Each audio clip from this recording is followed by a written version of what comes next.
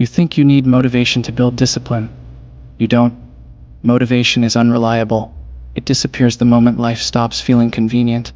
And if your actions depend on motivation, you will never become consistent. The truth is simple. You don't lack discipline. Your brain is just trained to chase the easiest reward available. Every time you choose comfort, you reinforce that loop. Scroll dopamine, repeat. Your brain remembers that pattern, and it follows it again and again. So the question isn't how to get motivated. The question is how to retrain your brain.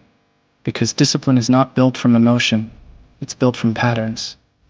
Patterns that you create, patterns that you repeat, patterns that eventually turn into identity. Most people fail because they try to overhaul their entire life overnight. Wake up at 5 a.m., write a journal, run 5 miles, quit sugar, read for an hour. They do everything at once, and quit 2 days later. Not because they're weak, but because they overloaded the system. Discipline starts with one action, one tiny, embarrassingly small action that your brain can't reject. Make your bed, open your book, drink a glass of water. One action. That one action releases dopamine. And that dopamine becomes momentum. Momentum becomes habit. Habit becomes identity. People think discipline is about force. It's not. It's about repetition. Controlled, consistent, unemotional repetition. You don't push yourself. You train yourself. The fastest way to build discipline when you have zero motivation is this. Lower the resistance. Shrink the task. Build the streak.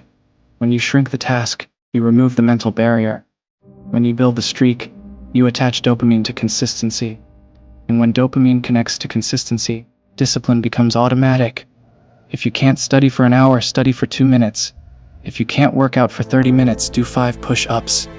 If you can't read a chapter, read a single paragraph. It doesn't matter how small it is. Your brain just needs a win. And here's the part no one tells you. Your brain doesn't care about size. It cares about completion. Completion equals pleasure. Pleasure reinforces action. Action turns into habit. You're not trying to build discipline. You're trying to build a feedback loop. But there is one more piece. Identity. If you still see yourself as someone who struggles, someone who quits, someone who only works when motivated, then every habit you try to build will collapse. You need to create identity triggers. Identity triggers are small cues that remind your brain who you are becoming.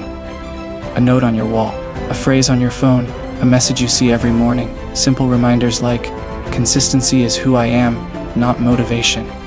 Identity. Because the moment your actions match your identity, discipline becomes natural. You don't have to force it, you just do it. The same way you brush your teeth, or lock your door, or check your phone.